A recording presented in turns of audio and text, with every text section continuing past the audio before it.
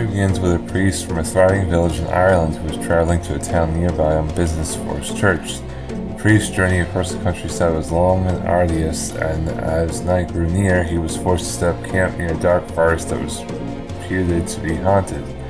During the night, the priest heard a clawing and scratching outside his tent. When he went out to investigate, he was attacked by a wolf. He was bitten severely, and just as he thought the wolf was about to finish him off, the cross around his neck was exposed. The wolf suddenly ceased its attack and merely stood over him, staring into his eyes. Then inexplicably it ran off and left him lying on the ground, bleeding badly from his wounds. The next day he managed to crawl back to his village, where he was discovered by the local doctor. With good medical care, his wounds soon healed and he was back to work in no time. The priest was re-energized and tackled his preaching duties with renewed vigor. He inspired the villagers and helped them to build a new church. The faith of his parishioners was strengthened, and every day his church was packed with worshippers. But there were still problems in the village. Every full moon, someone in the village was found dead or went missing under mysterious circumstances. People said that they had seen a creature stalking through the village at night, a creature that walked like a man but whose body was covered in fur and bore the head of a wolf.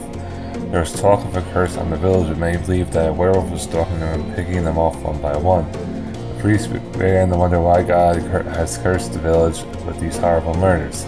It seemed as if there was no end to the death and destruction. One night during the full moon, the villagers decided that they had to catch and kill a werewolf that was plaguing their village once and for all. They set a trap by tying the most beautiful girl in the village to a tree, using her as bait to lure the werewolf. High above in the branches of the tree, they ragged up a trap to catch the wolf. Then they hid in the bushes and lay in wait for their prey. Soon they heard a crashing sound come through the forest, and suddenly the werewolf appeared in the clearing. As it made its way towards the terrified young girl, the villagers cut the ropes that were tied to the tree, and a huge cage crashed down on top of the wolf, trapping him behind its heavy iron bars.